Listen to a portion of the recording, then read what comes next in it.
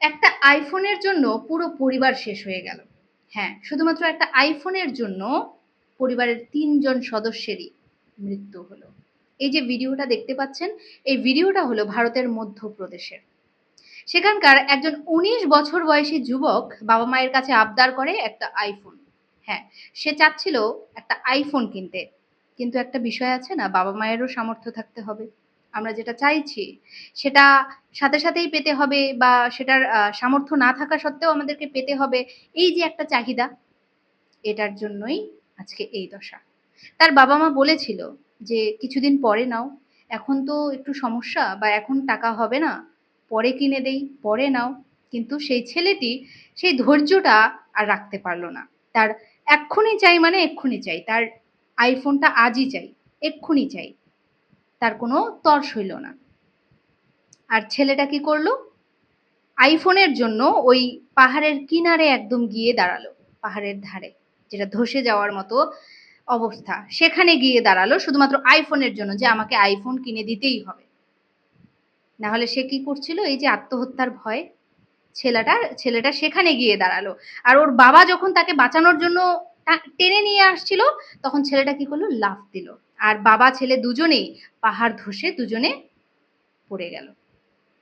একদম অনেক উঁচু থেকে পড়েছে, পড়ে মারা যায়।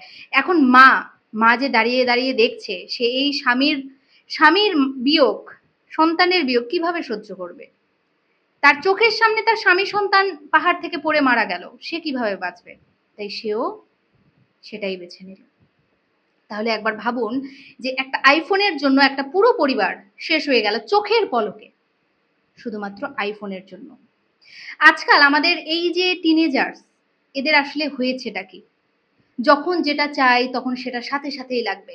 আমাদের সময় হয়তো এতটা ছিল না, এই ফোনের বায়নাও ছিল না। কিন্তু বর্তমান যত দিন যাচ্ছে, ততই এত এত অস্বাভাবিক ঘটনা আমরা দেখছি, যেটা আমাদেরকে চোখে আঙ্গুল দিয়ে দেখিয়ে দিচ্ছে যে আমাদের ভবিষ্যৎ প্রজন্ম আসলে কি হতে চলেছে, বা আমরা কোন কোন সমাজের দিকে এগোচ্ছি সেটা আমরা একদম ক্লিয়ারলি দেখতে পাচ্ছি।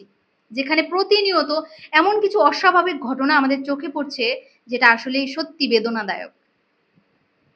আজকাল টিনেজার্স বাচ্চারা এতটাই বেপরোয়া হয়ে গেছে, এতটাই কথার অবাধ্য হয়ে গেছে, যে তাদের মধ্যে মিনিমাম যে ধৈর্য, সেটা নেই। বাবা মা কষ্ট করে তাকে লালন পালন করছে, বাবা মা কষ্ট করে তাকে বড় করছে, সেই যে একটা বোধ শক্তি, সেটাও নেই। শুধুমাত্র একটা আইফোনের জন্য তার বাবা মা বলেছে যে কিছুদিন পরে নাও, যখন টাকা হবে তখন নিয়ে দেব। কিন্তু সেটাও সে সহ্য করতে পারলো না, তার তক্ষণে চাই, এক্ষুনি চাই মানে এক্ষুনি চাই। এটা কেন হয়েছে বলুন তো? এখানে আমাদের সমাজেরও দোষ রয়েছে। যেমন ধরুন, তার ফ্রেন্ডরা যাদের সামর্থ্য আছে, তারা আইফোন ইউজ করছে, তাকে বারবার বলছে, কিরে তোর আইফোন নেই, তুই একটাই মাত্র ছেলে, তোর আইফোন নেই, তুই এখনো ফোন কিনছিস না, আইফোন নেই তোর। এই যে একটা শিকার হচ্ছে, হ্যাঁ, বুলিং এর শিকার হচ্ছে, এই জিনিসগুলোও না ক্ষতি করে, ইফেক্ট পড়ে বাচ্চাদের ওপর। যখন ওই যে কাউকে টিটকারি করা, কাউকে এভাবে বলা, তো এই জিনিসগুলোও ঘটে থাকে এই এই ঘটনাগুলোর পিছনে। তো জানি না এই ছেলেটার কি হয়েছে, যে তার ফোন এক্ষুনি চাই মানে এক্ষুনি চাই। কিছুদিন আর ধৈর্য ধরতে পারলো না। কি হলো? তার প্রাণ গেল, তার বাবার প্রাণ গেল, তার মায়ের প্রাণ গেল, শুধুমাত্র একটা আইফোনের জন্য। তো আমাদের গার্জিয়ানদের আসলে উচিত নিজেদের সন্তানদেরকে এখন থেকে ধৈর্য শেখানো। এখানে যেটা ঘটে গেল, এটা তো আটকানোর কোনো ওয়ে নেই। কিন্তু এখন আমরা যেটা করতে পারি, সেটা হলো সন্তানরা যখন কোনো কিছু বায়না করছে, ছোটবেলা থেকেই এটা তাদেরকে শেখাতে হবে, যে তুমি এখনই চাইছো মানে এখনই তাকে দিতে হবে, এমনটা না। আপনার যতই সামর্থ্য থাক, যতই আপনার অ্যাবিলিটি থাক, কিন্তু সন্তান চাওয়ার সাথে সাথে আপনি তাকে দেবেন না। দুদিন ধৈর্য ধরতে বলুন, তাহলেই তো শিখবে যে এই জিনিসটা কোথা থেকে আসলো, সেটাও একটু বোঝান। যে বাবা মায়েরা কিভাবে সেটা উপার্জন করলো, কিভাবে তার শখটা পূরণ করলো, সেটাও সন্তানকে বুঝতে হবে, বোঝাতে হবে ছোটবেলা থেকেই। নয়তো বড় হলে সে আপনার টাকার মূল্য দেবে না, আপনার টাকা উড়িয়ে নষ্ট করে দেবে। এবং বড় হলে ওই যে চাওয়ার, আমি ছোটবেলায় চাওয়ার সাথে সাথে পেয়েছি, এখন কেন দিচ্ছ না, এই জিনিসটা হবে তখন। এজন্য বাচ্চাদেরকে ছোটবেলা থেকেই এইটুকু অন্তত শেখান, যে কোনো কিছু চাওয়ার সাথে সাথে আপনি তাকে দেবেন না। 2 দিন 4 দিন 10 দিন এভাবে ওয়েট করান। তার তার যে ইচ্ছা বা শখ অনুযায়ী তাকে ওয়েট করান, ধৈর্য ধরতে শেখান। না হলে তার এই ধৈর্য না থাকলে আজকে এই ধরনের একটা ঘটনা ঘটবে, যেটা এই ছেলেটার সাথে হলো। তার ফোনটা চাই মানে এখনই চাই। কিছুদিন পরে দিতে চেয়েছিল, সেটা তার হয়নি, তাকে সাথে সাথেই লাগবে, যার কারণে আজকে এই পরিবারটা শেষ হয়ে গেল চোখের পলকে।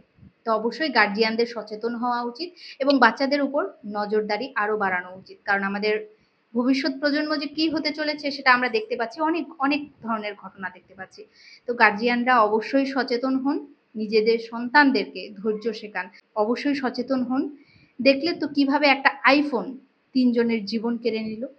তো অবশ্যই আমাদের সচেতন হওয়া প্রয়োজন। তো আজ এটুকুই বলার ছিল। ভালো থাকবেন, সুস্থ থাকবেন। নমস্কার।